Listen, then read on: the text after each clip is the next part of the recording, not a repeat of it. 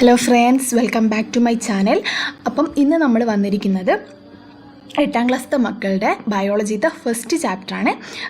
ഉള്ള ചാപ്റ്റേഴ്സിൽ വെച്ച് ഇത് കുറച്ചും കൂടെ എളുപ്പമാണ്. കാരണം ഇത് നമ്മൾ അങ്ങോളം പറയുന്നത് അഗ്രികൾച്ചർ അഥവാ കൃഷിയെ സംബന്ധിച്ചാണ് പറയാൻ പോകുന്നത്. അപ്പോൾ കൃഷി എന്ന് പറയുമ്പോൾ നമ്മൾ പൊതുവെ കേട്ട് വന്ന കാര്യങ്ങളുണ്ട്, അതേപോലെ തന്നെ നമുക്ക് അറിയുന്ന കുറേ കാര്യങ്ങളുണ്ട്, പിന്നെ കുറച്ച് പുതുതായിട്ടുള്ള ടെക്നിക്സും നമ്മൾ ഇതിൽ പഠിക്കുന്നുണ്ട്.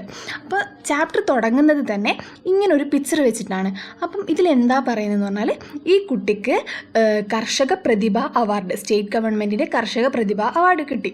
എന്തിനു വേണ്ടിയിട്ടായിരിക്കും കിട്ടിയത്? ഈ കുട്ടി ബെസ്റ്റ് സ്റ്റുഡൻറ്റ് ഫാർമറാണ്. അപ്പോൾ അതിന് വേണ്ടിയിട്ടുള്ള അവാർഡാണ് കിട്ടിയത്. ഇപ്പം നമ്മുടെ കേസിൽ തന്നെ നമ്മളിൽ ഒരുപാട് മക്കൾ പഠിക്കുന്ന സമയം തന്നെ ഇൻകം ഏൺ ചെയ്യാൻ വേണ്ടിയിട്ട് ചെറിയ ചെറിയ സംഭവങ്ങളൊക്കെ ചെയ്യുന്നുണ്ടാവും. അതായത് ഇപ്പോൾ മീനിനെ വാങ്ങി അതിൽ നിന്ന് കിട്ടുന്ന കുട്ടികളെ വിറ്റ് അങ്ങനെ പൈസ ഉണ്ടാക്കുക. ഇപ്പോൾ വെക്കേഷൻ ടൈമാണെങ്കിൽ കുറച്ച് ചെറിയ ചെറിയ പീടികകൾ വെച്ച് അതിൽ മിഠായികൾ വെച്ച് അത് വിറ്റ് അതിൽ നിന്ന് കുറച്ച് ഇൻകം ഏൺ ചെയ്യുക, അങ്ങനെയൊക്കെ ഉണ്ടാവും. അപ്പം ചില മക്കൾ എന്ത് ചെയ്യും? കൃഷി ചെയ്യും.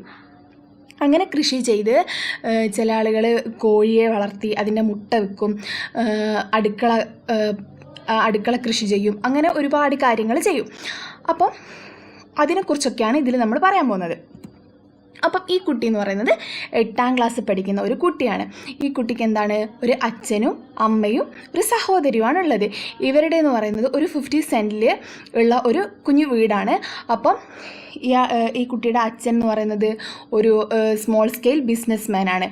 അപ്പം ഇവനിക്ക് കൂടുതൽ ഫാമിങ്ങിലേക്ക്, അതായത് കൃഷിയിലേക്ക് എപ്പോഴാണ് ഇൻട്രസ്റ്റ് വരാൻ തുടങ്ങിയെന്ന് പറഞ്ഞാൽ, നമ്മുടെ സ്കൂളിൽ നിന്ന് കൃഷിഭവനിലേക്കും അതേപോലെ തന്നെ ഇപ്പോൾ പല സ്ഥലങ്ങളിലേക്കും ഒരു 1 ഡേ ട്രിപ്പ് അല്ലെങ്കിൽ പഠനാവശ്യമായിട്ട് നമ്മൾ പോവില്ലേ, അങ്ങനെ കൊണ്ടുപോയി ഇവനെ. അപ്പോൾ അവിടെ ചെന്നപ്പോൾ അവനിക്ക് കുറച്ചും കൂടെ കൂടുതലായിട്ട് കൃഷിയെക്കുറിച്ച് അവിടെയുള്ള എക്സ്പേർട്ടുകൾ ഒരുപാട് ഇൻഫർമേഷൻസ് ഷെയർ ചെയ്തു. അങ്ങനെ ഇവനിക്ക് എന്ത് മനസ്സിലായി? കൃഷിനെക്കുറിച്ച് കൂടുതൽ അറിയാൻ തുടങ്ങി. അതായത് സ്ഥലപരിമിതികളൊന്നും നമുക്ക് കൃഷി ചെയ്യാൻ ഒരു മാറ്ററല്ല. അങ്ങനെ ഇവന് കുറേ പുതിയ അറിവുകൾ കിട്ടി. അങ്ങനെ ഇവരെന്ത് വന്നു? കൃഷിയോട് ഇൻട്രസ്റ്റ് വന്നു, വീട്ടിലേക്ക് വന്ന്. അപ്പം ഇവനെന്തായി? ചെറിയ രീതിയിൽ കൃഷി തുടങ്ങി. പിന്നെ അത് വലിയ രീതിയിലേക്ക് മാറി. ആഴ്ചയിൽ 2000 വരെ വരുമാനം ഇവന് ഉണ്ടാക്കാനായിട്ട് തുടങ്ങി. അപ്പം ഇവനെ സപ്പോർട്ട് ചെയ്യുന്നത് വെച്ചാൽ ഒരുപാട് ഓൺലൈൻ സിസ്റ്റംസ്. അപ്പോൾ ഓൺലൈൻ സിസ്റ്റം എന്ന് പറയുമ്പോൾ ഇപ്പം എൻ്റെ കയ്യിൽ ഒരു സീഡോ ഒരു ഫ്രൂട്ടോ എന്തായാലും വിൽക്കാനുണ്ടെങ്കിൽ ഇപ്പം നമുക്ക് ഓൺലൈൻ മാർക്കറ്റിംഗ് ഇല്ലെങ്കിൽ അത് നമുക്ക് എങ്ങനെ വിൽക്കാൻ പറ്റും? ഞാൻ കാണുന്നവരോട് ഞാൻ പറയും, എൻ്റെ കയ്യിൽ ഇങ്ങനെ ഒരു സാധനം ഉണ്ട്, നിങ്ങൾക്ക് വേണമെങ്കിൽ എൻ്റെ കയ്യിൽ നിന്ന് വാങ്ങിക്കാം. അങ്ങനെ എനിക്ക് എത്തിപ്പെടാൻ പറ്റുന്ന ആളുകളുടെ അടുത്തേക്ക് ഞാൻ എത്തും. പക്ഷേ ഓൺലൈൻ സിസ്റ്റം വരുമ്പോൾ നമുക്ക് എന്ത് ചെയ്യാൻ പറ്റും?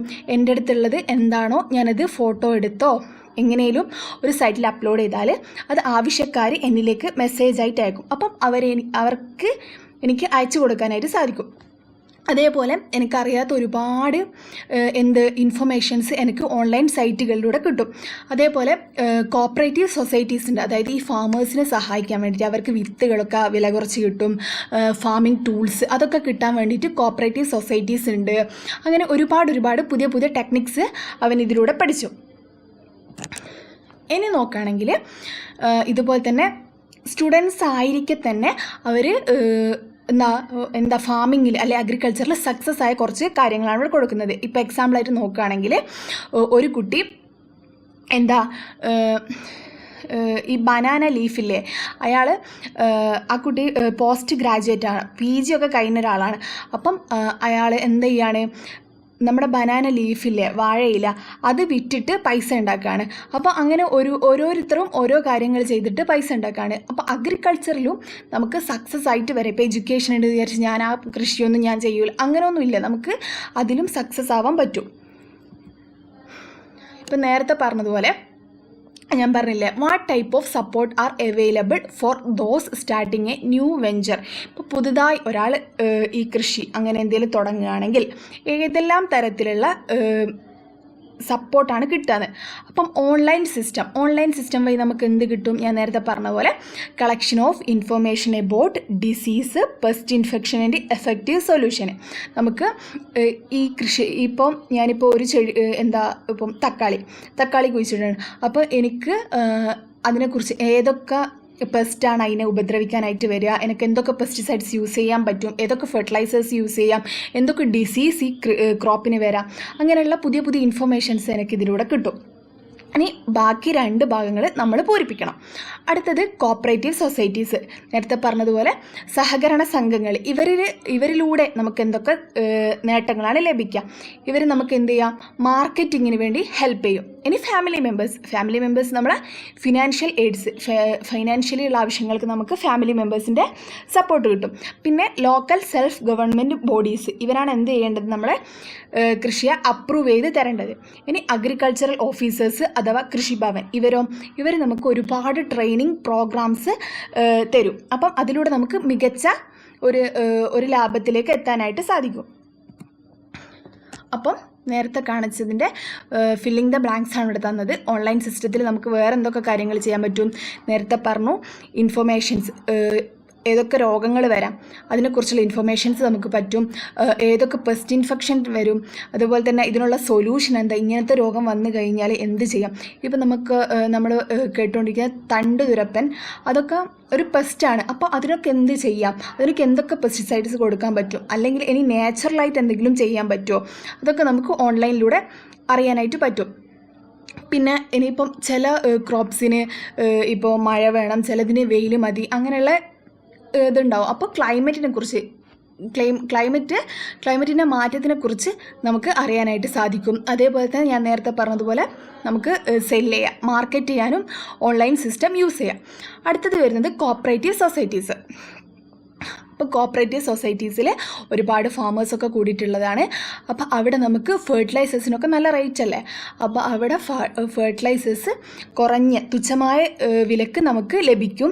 അതേപോലെ തന്നെ സ്റ്റോർ ചെയ്യാനുള്ള സ്പേസ് ഉണ്ടാവും. മാർക്കറ്റിങ്, പിന്നെ ഫാമിലി മെമ്പേഴ്സ് അവർ ഫിനാൻഷ്യലി സപ്പോർട്ട് ചെയ്യും. പിന്നെ നമ്മളെ വർക്കിൽ അവർ കോർപ്പറേറ്റ് ചെയ്യും. പിന്നെ ഒരു മെൻ്റൽ സപ്പോർട്ട്, ഫിസിക്കൽ സപ്പോർട്ട് അതൊക്കെ തന്ന് നമ്മളെ എൻകറേജ് ചെയ്യും നമ്മൾ ചെയ്യുന്ന വർക്കിൽ. പിന്നെ നോക്കുകയാണെങ്കിൽ ലോക്കൽ സെൽഫ് ഗവൺമെൻറ് ബോഡീസ്, ഇവരെന്ത് ചെയ്യുക? പ്രൊവൈഡ് ക്വാളിറ്റി പ്ലാന്റിംഗ് മെറ്റീരിയൽസ്, നമുക്ക് വേണ്ടി നല്ല ആരോഗ്യമുള്ള തൈകൾ നമുക്ക് പ്രൊവൈഡ് ചെയ്യും. ആരോഗ്യമുള്ള തൈകൾ നട്ടാൽ മാത്രമല്ലേ നമുക്ക് നല്ല ഒരു ലാഭത്തിലേക്ക് എത്താൻ പറ്റൂ. അല്ലെങ്കിൽ ഇപ്പോൾ രോഗമുള്ളതാണെങ്കിലോ വളരാത്തതാണെങ്കിലോ നമുക്ക് നല്ലൊരു ലാഭത്തിലേക്ക് എത്താനായിട്ട് പറ്റില്ല. പിന്നെ ഇവരാണ് നമ്മളെ അപ്രൂവ് ചെയ്യുക. ഇപ്പം കൃഷി ചെയ്യാൻ വേണ്ടിയിട്ട് ലോണ് സബ്സിഡി റേറ്റിലൊക്കെ തരിക. ഇതൊക്കെ ചെയ്യുന്നത് നമ്മുടെ ലോക്കൽ സെൽഫ് ഗവൺമെൻറ് ബോഡീസാണ്. ഇനി Krishibhavan provide seeds or young plants for cultivation. നമുക്ക് കൃഷിക്ക് ആവശ്യമായ ചെറിയ തൈകളും വിത്തുകളൊക്കെ നമുക്ക് കൃഷിഭവൻ ലഭിക്കും. അതുപോലെ തന്നെ പാംപ്ലെറ്റ് എന്ന് പറയുമ്പോൾ തൈകളെ കുറിച്ചിട്ടുള്ള ഇപ്പോൾ നമുക്ക് കൃഷിഭവൻ എന്നൊക്കെ ഒരു പേപ്പർ കിട്ടും. അതിൽ നമുക്ക് തൈകളെക്കുറിച്ചും വിത്തുകളെക്കുറിച്ചിട്ടുള്ള ഒരു ഇൻഫർമേഷൻ അടങ്ങിയിട്ടുള്ള ഒരു ബുക്ക് അല്ലെങ്കിൽ ഒരു പേപ്പർ അവർ തരും. അതിൽ നമുക്ക് ഇൻഫർമേഷൻസ് കിട്ടും. അതിനാണ് പാംപ്ലെറ്റ് എന്ന് പറയുന്നത്. അതുപോലെ തന്നെ നമുക്ക് വേണ്ടിയിട്ട് ട്രെയിനിങ് പ്രോഗ്രാംസ് തരും. അങ്ങനെ നമുക്ക് നല്ലൊരു സക്സസ്സിലേക്ക് എത്താനായിട്ട് സാധിക്കും. ഇനി അടുത്തത്, ചില ആളുകൾ എന്ത് പറയും? അയ്യോ എനിക്ക് സ്ഥലമില്ല, എനിക്ക് കൃഷി ചെയ്യാൻ പറ്റില്ല, ഞാൻ ഫ്ലാറ്റിലാണ്, ഞാൻ അവിടെയാണ് ഇവിടെയാണ്, സ്ഥലമില്ല. അതൊക്കെ സ്ഥലം ഒരു കൃഷി ചെയ്യാൻ പറ്റാത്ത ഒരു കാരണമായിട്ട് നമ്മൾ പലരും പറയുന്നുണ്ട്. അപ്പം എന്താണ്, അതിനെ മറികടന്നുകൊണ്ട് കുറേ മോഡേൺ ടെക്നിക്സ് വന്നിട്ടുണ്ട്. അതിനെക്കുറിച്ചാണ് ഇനി പറയാൻ പോകുന്നത്. ഇവിടെ കൊടുത്തിരിക്കുന്നുണ്ട്. Provide insight into how he has effectively utilise 15 cent plot of land to the fullest. അപ്പം നമ്മൾ നേരത്തെ പറഞ്ഞു ആ കുട്ടീൻ്റെ കാര്യം. അപ്പോൾ അവന് 15 സെൻറ്റേ ഉള്ളൂ എന്ന് പറഞ്ഞില്ലേ. അപ്പോൾ അവിടെ എന്തൊക്കെ കൃഷി രീതികളാണ് അവന് കൊണ്ടുവന്നിരിക്കുന്നത് എന്നാണ് ഇവിടെ പറയുന്നത്. ഫസ്റ്റ് നമ്മൾ നോക്കുകയാണെങ്കിൽ സാക്ക് ഫാമിംഗ്. സിംപ്ലി പറഞ്ഞു കഴിഞ്ഞാൽ നമ്മൾ ചാക്കുകളിലൊക്കെ മണ്ണും കമ്പോസ്റ്റൊക്കെ നിറച്ചിട്ട് അതിൽ ചെടി കുഴിച്ചിടാം. അപ്പം sack farming is a method of growing plant in large bags or sack filled with soils, compost, organic material. അപ്പം ഒരു ചാക്കെടുക്കുക, അതിൽ നമ്മൾ എന്ത് ചെയ്യുക? ആവശ്യത്തിനുള്ള മണ്ണ്, കമ്പോസ്റ്റ്, അതേപോലെ തന്നെ ഓർഗാനിക് മെറ്റീരിയൽസ് നിറച്ചിട്ട് നമുക്ക് ചെടിയാണോ തൈയാണോ എന്താണോ നടാനുള്ളത് വിത്താണോ അത് അതിൽ നട്ട് കൊടുക്കുക. എന്നിട്ട് നമ്മൾ എന്ത് ചെയ്യുക, ആവശ്യത്തിന് വെള്ളം, അതേപോലെ തന്നെ ആവശ്യത്തിന് വെള്ളം മാത്രം ഒഴിച്ച് കൊടുക്കുക. അപ്പോൾ നമുക്കവിടെ ലാൻഡിൻ്റെ ഒരു ഇഷ്യൂ വരുന്നില്ല. ഇത് നമുക്ക് ടെറസിലോ ബാൽക്കണിയിലോ എവിടെ വേണമെങ്കിലും ചെയ്യാൻ പറ്റും. അപ്പം ഇത് ലാൻഡ് സ്ഥലം ഇല്ലേലും നമുക്ക് ചെയ്യാൻ പറ്റുന്ന ഒരു ടെക്നിക്കാണ് സാക്ക് ഫാമിംഗ് എന്ന് പറയുന്നത്. അടുത്തത് നോക്കുകയാണെങ്കിൽ അക്വാപോണിക്സ്. അക്വാപോണിക്സ് എന്ന് പറയുമ്പോൾ തന്നെ നമുക്കറിയാം, അക്വ മീൻസ് വാട്ടറുമായി ബന്ധപ്പെട്ടുള്ള ഏതോ ഒരു കൃഷി രീതിയായിരിക്കും അല്ലേ. അപ്പം അക്വാപോണിക്സ് എന്ന് പറയുമ്പോൾ aquaponics is A farming method in which fish and plants R grown together in the same system. ഒരു പോട്ട് ഉണ്ടാവും. അപ്പം അതിൽ നമ്മൾ എന്ത് ചെയ്യും, നോർമലി നമ്മൾ എന്ത് ചെയ്യുക, വെള്ളത്തിൽ മീനിനെ വളർത്തും. അതേപോലെ തന്നെ മീനിനെ വളർത്താം. എന്നിട്ട് അതിൻ്റെ അടുത്ത് തന്നെ എന്ത് ചെയ്യുക, ഒരു പ്ലാന്റിനെ വളർത്തുന്ന രീതിയിൽ പോട്ടിൽ പ്ലാന്റ് സെറ്റ് ചെയ്യുക. അപ്പം അതിൽ ഫിഷിൻ്റെ വേസ്റ്റ് എന്ത് ചെയ്യും, ഈ പ്ലാന്റിന് വളമായിട്ട് മാറും. ഈ പ്ലാന്റ് ആ വാട്ടർ വലിച്ചെടുക്കുമ്പോൾ അതിലുള്ള വേസ്റ്റ് മെറ്റീരിയൽസ് റിമൂവായി വെള്ളം ക്ലീൻ ആവും. അപ്പോൾ അതോടൊപ്പം പ്ലാന്റിന് എന്ത് ചെയ്യും, നല്ല ഒരു ന്യൂട്രിയൻസും വളമൊക്കെ ആയിട്ട് പ്ലാന്റിന് കിട്ടും. അപ്പോൾ പ്ലാന്റ് നന്നായിട്ട് വളരുകയും ചെയ്യും, വാട്ടർ ശുദ്ധിയാവുകയും ചെയ്യും. അപ്പോൾ ഫിഷിനും വളരാൻ പറ്റും, പ്ലാന്റിനും വളരാൻ പറ്റും. പ്ലാന്റിൻ്റെ ഗ്രോത്തിന് വേണ്ടിയിട്ട് ഈ ഫിഷിൻ്റെ വേസ്റ്റ് ഹെൽപ്പ് ചെയ്യുന്നു. അതാണ് അക്വാപോണിക്സ്. ഇത് ചെയ്യുമ്പോൾ നമുക്ക് എന്ത് ചെയ്യാം, ഫിഷിനെ വളർത്തുകയും ചെയ്യാം, ചെടി വളർത്തുകയും ചെയ്യാം. അപ്പം രണ്ടും ഒരേപോലെ നമുക്ക് ഇതിലൂടെ കൊണ്ടുപോകാനായിട്ട് പറ്റും. അടുത്തത് പെറ്റ് ബോട്ടിൽ ഫാമിംഗ്. പെറ്റ് ബോട്ടിൽ എന്ന് പറയുമ്പോൾ നമ്മൾ വെള്ളമൊക്കെ കുടിച്ച് കളയുന്ന വേസ്റ്റ് ബോട്ടിൽസ് ഇല്ലേ, അതിൽ നമ്മൾ എന്ത് ചെയ്യുക, ഈ എംപ്റ്റി ബോട്ടിൽസ് കട്ട് ചെയ്തിട്ട് അതിലേക്ക് സോയിൽ, കമ്പോസ്റ്റ് നമുക്ക് ആവശ്യമായതൊക്കെ നിറച്ച് കൊടുക്കാം. അതിൽ ചെടികൾ കുഴിച്ചിടുക. എന്നിട്ട് നമ്മളിങ്ങനെ വേർട്ടിക്കലി ഹാങ് ചെയ്ത് വെക്കുക. അപ്പോൾ അതൊരു അലങ്കാരമായി, ഒരു ഡെക്കറേഷനായി. ഇതിലൂടെ നമുക്ക് എന്ത് ചെയ്യാൻ പറ്റും, പ്ലാസ്റ്റിക്കിൻ്റെ വേസ്റ്റേജ് കുറക്കാനായിട്ട് പറ്റും. അതൊരു റീയൂസാണ് നമ്മളവിടെ ചെയ്യുന്നത്. അപ്പം ഇതും ഒരു മോഡേൺ ടെക്നിക്കാണ്. അടുത്തത് നമ്മൾ പറയാൻ പോകുന്നത് എന്താ, വേർട്ടിക്കൽ ഫാമിംഗ് ആണ്. വേർട്ടിക്കൽ ഫാമിംഗ് എന്ന് പറയുമ്പോൾ it is a method of growing plants in vertical layers or stacked shelves instead of growing them on A flat line. ഇത് ചെയ്യുന്നതിലൂടെ നമുക്ക് ഒരുപാട് സ്ഥലം ലാഭിക്കാനായിട്ട് പറ്റും. അതായത് ഒരു ഷീറ്റിട്ട ഒരു സ്ഥലം, അപ്പം അവിടെ നമ്മൾ എന്ത് ചെയ്യാം, നിരത്തി കുഴിച്ചിടാതെ ഇങ്ങനെ ലെയറായിട്ട്, ഈ ചിത്രത്തിൽ കാണിക്കും പോലെ ലെയറായിട്ട് എന്ത് ചെയ്യാം, നമ്മൾ ചെടികൾ കുഴിച്ചിട്ട് കൊടുക്കുക. അപ്പം ഇതിന് നമ്മൾ സ്ഥലവും കുറയും, ഒരുപാട് ചെടികൾ അറ്റ് എ ടൈം നമുക്ക് വളർത്തിയെടുക്കാനായിട്ട് സാധിക്കും. അതേപോലെ തന്നെ ഇനിയിപ്പോൾ നമുക്ക് ഇതിന് ഒരുപാട് വെള്ളം വേണം, അതിനൊന്നും ആവശ്യമില്ല. നമുക്ക് ഡ്രിപ്പ് ഇറിഗേഷൻ വഴിയോ അല്ലെങ്കിൽ വെള്ളം കുറച്ചുള്ള ഇറിഗേഷൻ വഴി നമുക്ക് എന്ത് ചെയ്യാൻ പറ്റും, ഇതിന് നനച്ചു കൊടുക്കാനായിട്ട് പറ്റും. അപ്പം it is mainly used in A place were there is A very little land.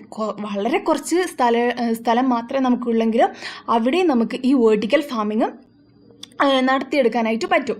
ഇനി water and nutrients are carefully supplied to the plants. നമുക്ക് ആവശ്യത്തിന് മാത്രം വെള്ളവും വളവും ഈ ചെടികൾക്ക് കൊടുത്താൽ മാത്രം മതി. അടുത്തത് പോട്ട് കൾട്ടിവേഷൻ. പോട്ട് കൾട്ടിവേഷൻ എന്ന് പറയുമ്പോൾ pot cultivation is a method of growing plants in pots or containers filled with soil and manure. ഇത് നോർമലി നമ്മൾ ചെയ്യുന്ന പോലെ ഒരു ചട്ടി എടുക്കുക, അതിലേക്ക് മണ്ണ്, കമ്പോസ്റ്റ് എന്നിവ നിറച്ച് കൊടുക്കുക, അതിലേക്ക് നമ്മുടെ ചെടി വെച്ചിട്ട് വളർത്തിയെടുക്കാം. ഇത് നമുക്ക് ടെറസിലോ ബാൽക്കണിയിലോ എവിടെയാണോ വേണ്ടത് അവിടെ വളർത്തിയെടുക്കാം. അടുത്തത് terrace farming. Terrace farming is a method of growing plants on the roof of terrace or building. നമ്മുടെ വീടിൻ്റെ മേലുള്ള ടെറസുകളിൽ എന്ത് ചെയ്യുക, നമ്മൾ കൃഷി ചെയ്യുക. ഇങ്ങനെ ചെയ്യുമ്പോൾ എന്ത് ചെയ്യാൻ പറ്റും, വീട്ടിലൊരു തണുപ്പും കൂടെ കിട്ടും, അതേപോലെ തന്നെ ചെടികൾ നന്നായി വളർന്നോളും. ഇത് നമുക്ക് ഗൾഫ് രാജ്യങ്ങളിലൊക്കെ ചെയ്യാൻ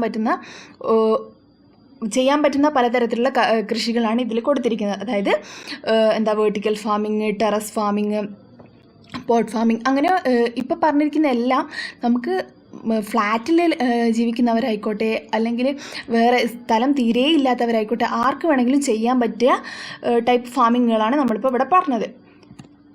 ഇനി അടുത്തത് vertical farming is an innovative method to overcome space constraints. അതായത് സ്ഥലപരിമിതികളെ മറികടക്കാനുള്ള ഒരു ഇന്നോവേറ്റീവ് മെത്തേഡാണോ വെർട്ടിക്കൽ ഫാമിംഗ്? നിങ്ങൾക്ക് എന്താ തോന്നുന്നത്, അങ്ങനെയാണോ? അപ്പോൾ നമ്മൾ നേരത്തെ പറഞ്ഞത് വെച്ചിട്ട് അങ്ങനെയാണ് അല്ലേ. അപ്പോൾ ഇതിൻ്റെ പോസിബിലിറ്റീസ് എന്തൊക്കെയാണെന്നാണ് ചോദിക്കുന്നത്. അപ്പോൾ പോസിബിലിറ്റീസ് എന്ന് പറയുമ്പോൾ എന്തൊക്കെയായിരിക്കും? നമുക്ക് ഓൺലി സ്മോൾ സ്പേസസ് നീഡഡ്, നമുക്ക് വളരെ കുറച്ച് സ്ഥലം മതിയില്ലേ ഈ വെർട്ടിക്കൽ ഫാമിംഗ് ഒക്കെ ചെയ്യാൻ വേണ്ടിയിട്ട്. It can be done even in cities, നമുക്ക് സിറ്റീസിലും ഇത് ചെയ്യാൻ പറ്റും, ഫ്ലാറ്റുകളിൽ ഇത് ചെയ്യാനായിട്ട് പറ്റും. Method like hydroponics. എന്താ ഹൈഡ്രോപോണിക്സ് എന്ന് പറഞ്ഞാൽ? ഹൈഡ്രോപോണിക്സ് എന്ന് പറഞ്ഞു കഴിഞ്ഞാൽ method of growing plant without soil by using water mixed with nutrients. മണ്ണ് പോലും ആവശ്യമില്ല, മണ്ണ് പോലും ഇല്ലാതെ നമുക്ക് വാട്ടറിൽ ന്യൂട്രിയൻസ് മിക്സ് ചെയ്തിട്ട് ചെയ്യാൻ പറ്റുന്ന ഒരു മെത്തേഡാണ് ഹൈഡ്രോപോണിക്സ്. അതേപോലെ തന്നെ എയറോപോണിക്സ്. എയറോപോണിക്സ് എന്ന് പറയുന്നത് എന്താ? പ്ലാന്റ്സ് നമ്മൾ എയറിൽ ഹാങ് ചെയ്തിട്ട് സോയിലില്ലാതെ നമ്മൾ നേരത്തെ പറഞ്ഞതുപോലെ വാട്ടർ മിക്സ് ചെയ്തിട്ടുള്ള ന്യൂട്രിയൻസ് മിക്സ് ചെയ്തിട്ടുള്ള വാട്ടർ സ്പ്രേ ചെയ്ത് കൊടുത്ത് സോയിലിൻ്റെ അഭാവത്തിൽ നമ്മൾ വളർത്തിയെടുക്കുക. അപ്പോൾ ഈ വെർട്ടിക്കൽ ഫാമിംഗ് നമുക്ക് ഹൈഡ്രോപോണിക്സും അതേപോലെ തന്നെ എയറോപോണിക്സും ആണ്. ഇനി artificial light can be used for plant growth. നമ്മളെ നാച്ചുറൽ ആയിട്ടുള്ള സൺലൈറ്റും ഇതിന് ആവശ്യമില്ല, നമ്മൾ ആർട്ടിഫിഷ്യലായിട്ടുള്ള ലൈറ്റ് കൊടുത്താൽ മതി. പിന്നെന്താ? Plant can be protected from rain and strong sunlight. ഇത് നമ്മളൊരു ഷീറ്റിൻ്റെ അടിയിൽ അല്ലെങ്കിൽ ഒരു എന്തെങ്കിലുമൊക്കെ കവർ ചെയ്തിട്ടുള്ളതിൻ്റെ അടിയിലാണ് നടത്തുന്നത്. അപ്പോൾ എന്ത് ചെയ്യാൻ പറ്റും? ഇതിനെ നമുക്ക് റെയിനൊന്നും സ്ട്രോങ് ആയിട്ടുള്ള സൺലൈറ്റൊന്നും നമുക്ക് പ്രൊട്ടക്റ്റ് ചെയ്യാനായിട്ട് പറ്റും. ഇനി farming can be done in any climate. നമുക്ക് ഇത് ഏത് ക്ലൈമറ്റിൽ വേണമെങ്കിലും നടത്താം, കാരണം ഇതിനാവശ്യമായ വെള്ളവും ലൈറ്റും വളവും ഒക്കെ പ്രൊവൈഡ് ചെയ്യുന്നതാരാ? നമ്മളാണ്. ഇനി drip irrigation or irrigation can be used to save water.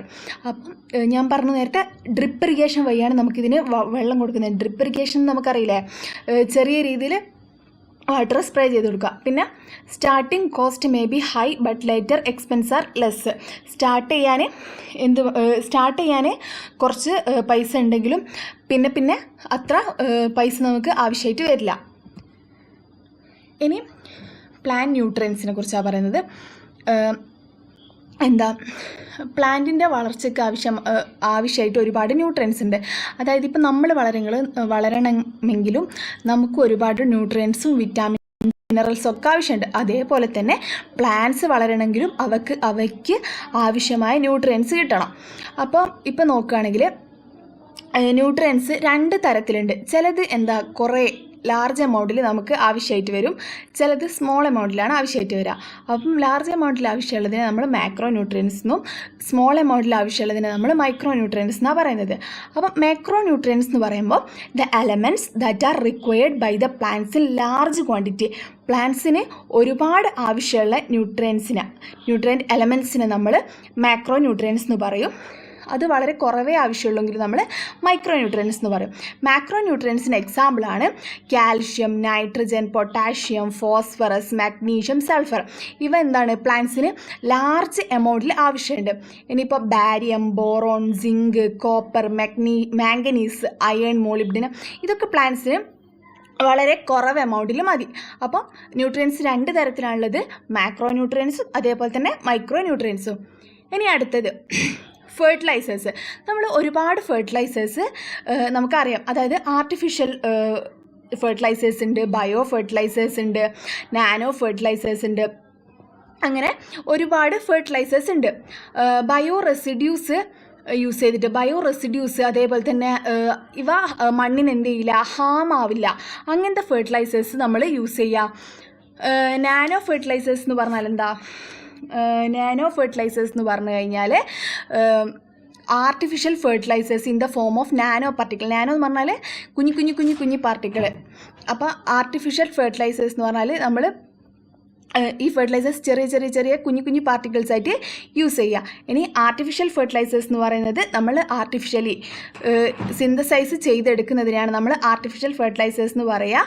ഇനി അടുത്തത് ഇവിടെ വിട്ട ഭാഗം പൂരിപ്പിക്കാനുണ്ട്. അവിടെ ബയോ ഫെർട്ടിലൈസേഴ്സ് അല്ല, അവിടെ ഓർഗാനിക് ഫെർട്ടിലൈസേഴ്സാണ്. അതായത് നമ്മൾ തന്നെ ഉണ്ടാക്കിയെടുക്കുന്ന ഫെർട്ടിലൈസേഴ്സ്. കൗഡഗ്, ബോൺമീൽ എന്ന് പറയുമ്പോൾ എല്ലുപൊടി, compost, vermi compost, green manure, poultry manure, neem cake, kitchen waste manure, അങ്ങനെ തുടങ്ങി ഒരുപാട് ഇതിൽ വരുന്നുണ്ട്. ഇനി അടുത്തത് leaf colour chart. Leaf colour chart എന്ന് പറയുമ്പോൾ നമ്മൾ എന്ത് ചെയ്യാം, ഒരു ചാർട്ട് ഉണ്ടാവും. അപ്പം അതിൻ്റെ നിറം അനുസരിച്ചിട്ട് ലീഫിൻ്റെ കളർ നോക്കുക. എന്നിട്ട് അതിലേക്ക് നൈട്രജൻ്റെ അളവ് കൂടുതലുണ്ടോ കുറവുണ്ടോ അതിലുള്ളത് കറക്റ്റ് ആണോ എന്നൊക്കെ നോക്കുക. A leaf colour chart is an easy way to find out the availability of nitrogen in crop plants. അപ്പം ഒരു ചാർട്ട് ഉണ്ടാവും, അതിൻ്റെ കളർ നോക്കിയിട്ട് എന്ത് ചെയ്യുക, നമ്മൾ അതിലുള്ള ആ ക്രോപ്പിലുള്ള നൈട്രജൻ്റെ അളവ് മനസ്സിലാക്കുക.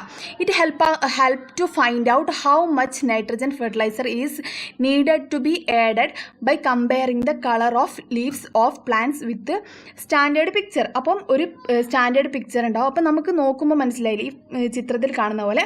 അപ്പം നമുക്ക് മനസ്സിലാവും ഇതിലേക്ക് ഇനി നൈട്രജൻ്റെ ആവശ്യമുണ്ടോ, അല്ലെങ്കിൽ ഇത് മതിയോ, ഇനി കൂടുതൽ ആഡ് ചെയ്യണോ. ലൈറ്റ് ഗ്രീൻ കളർ ആണെങ്കിൽ അതിൽ നൈട്രജൻ്റെ അളവ് കുറവാണ്. ഡാർക്ക് ഗ്രീൻ കളർ ആണെങ്കിൽ അതിൽ ആവശ്യത്തിനുള്ള നൈട്രജൻ്റെ പ്രസൻ്റ് ആണ്. ഇനി അടുത്തത് ലോക്കൽ വെജിറ്റബിൾസിൻ്റെ ഇമ്പോർട്ടൻസ്. അതായത് ഇവിടെ ഒരു ടേബിൾ കൊടുത്തിട്ടുണ്ട്. ഈ ടേബിൾ എന്താ പറയുക വെച്ചാൽ